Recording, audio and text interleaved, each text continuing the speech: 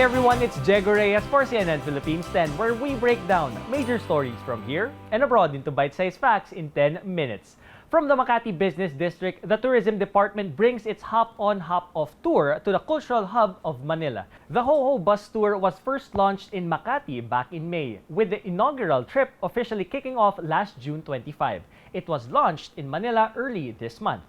We aim to give our fellow Filipinos an opportunity to reintroduce Manila to our fellow Filipinos and to introduce foreign tourists to this beautiful gem of a city.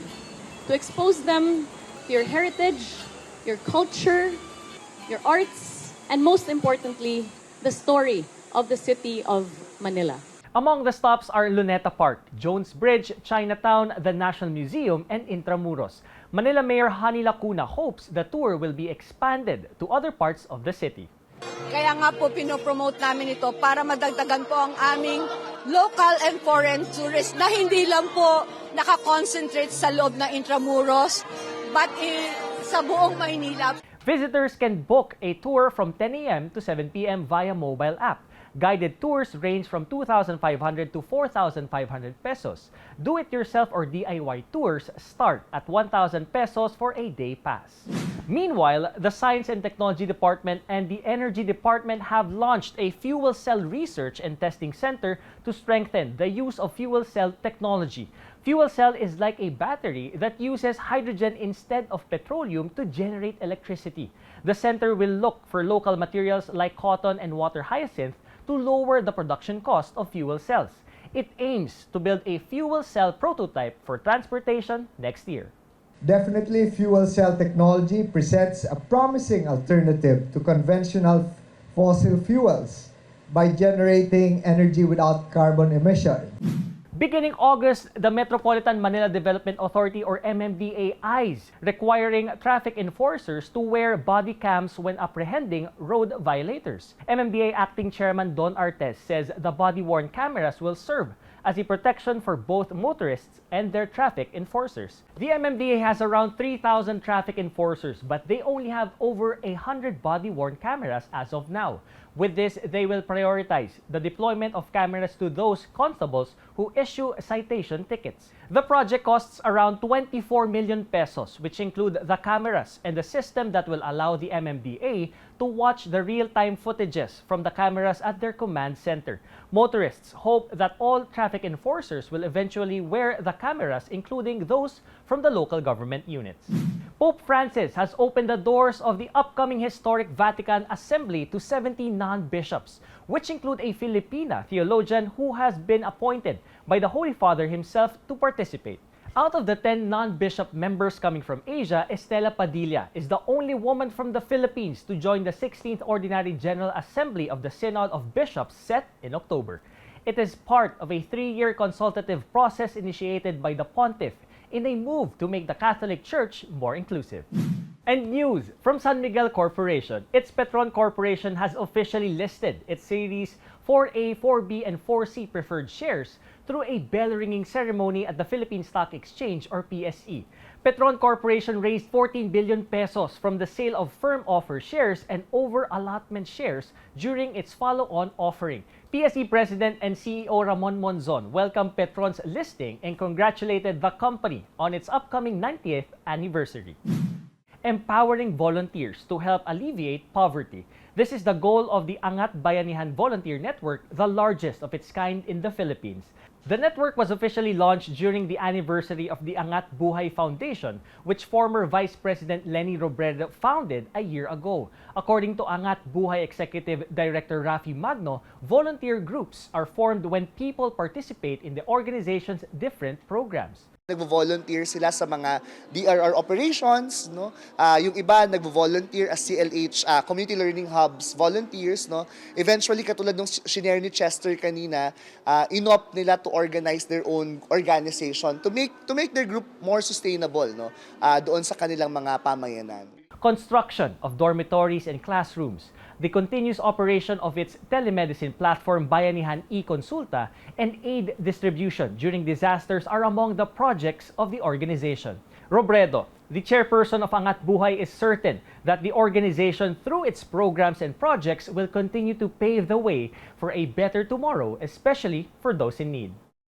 Isang taong gulang na ang Angat Buhay NGO? O siguro mas tamang sabihin, isang taong gulang pa lang ang Angat Buhay NGO. Nagsisimula pa lang tayo. The Philippines makes history in the World Cup of Pool as Johan Chua and James Aranas edged the German pair of Joshua Filler and Moritz Neuhausen in the finals, 11-7, to give the country a record fourth title. Chua and Aranas are the third Filipino duo to win in the competition, following the tandem of Efren Bata Reyes and Francisco Django Bustamante, who ruled the tournament in 2006 and 2009, and Dennis Orculio and Livan Corteza, who won it all in 2013. Many of us feel more confident when our hair and nails are shiny and healthy. But apart from appearance, they can also tell you a lot about your overall health. Healthy nails look like they're pink. When you press them, they whiten for a little bit and then they grow back pink. You don't see any pus or swelling, no pain on the nail. It can come in all shapes and sizes. Always look at your nails. Try to keep everything simple when you go to a manicurist or a pedicurist.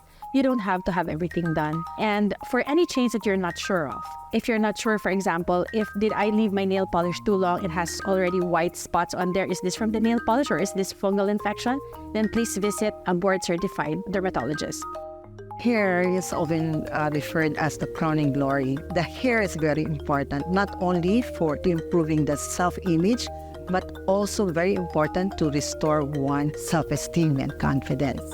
There are different shampoos available now. Avoid chemicals. What's very popular is the sulfate-free shampoos. And this will not irritate the scalp, this will not irritate the hair follicles. And there are also ingredients. Popular now is the virgin coconut oil. It has the anti-inflammatory, antifungal, anti-dandruff properties, so go for it. A couple who works as janitors in Ateneo, now parents of two graduates who finished their degrees with honors. Ricky Gutierrez has been working at the Ateneo de Manila Grade School for 26 years, while his wife Ellen at the dormitory for 12 years. Since they are employees, the tuition fees of their 4 kids are free. 2 of them have already graduated and both are cum laudes. Riel took up psychology while Rika finished management economics. They say all of this is a result of their parents' hard work, from cleaning the toilet, faculty, and dorm to doing the students' laundry. Ano man hirap ng trabaho, yung pag minahal mo yung trabaho, gumagaan. Yung isipin mo, itong ginagawa kong trabaho to para sa aking pamilya, para sa magiging magandang kinabukasan ng mga anak namin. Ganun. Mangarap ka, tapos mangarap, magsipag, at magdasal. May gagawin ng Diyos para may tutulong at tutulong sa atin. Security guard from Bulacan follows the footsteps of his kid. Edwin Salvador shares he did not finish his studies back then to help his family and worked as a helper, plumber, aircon technician, among others. When he had his own family, Edwin was inspired by his kid who finished education and is now a teacher. So at age 42, he left his job and went into college. He endured the hardships of juggling his studies and being a technician and graduated as magna cum laude.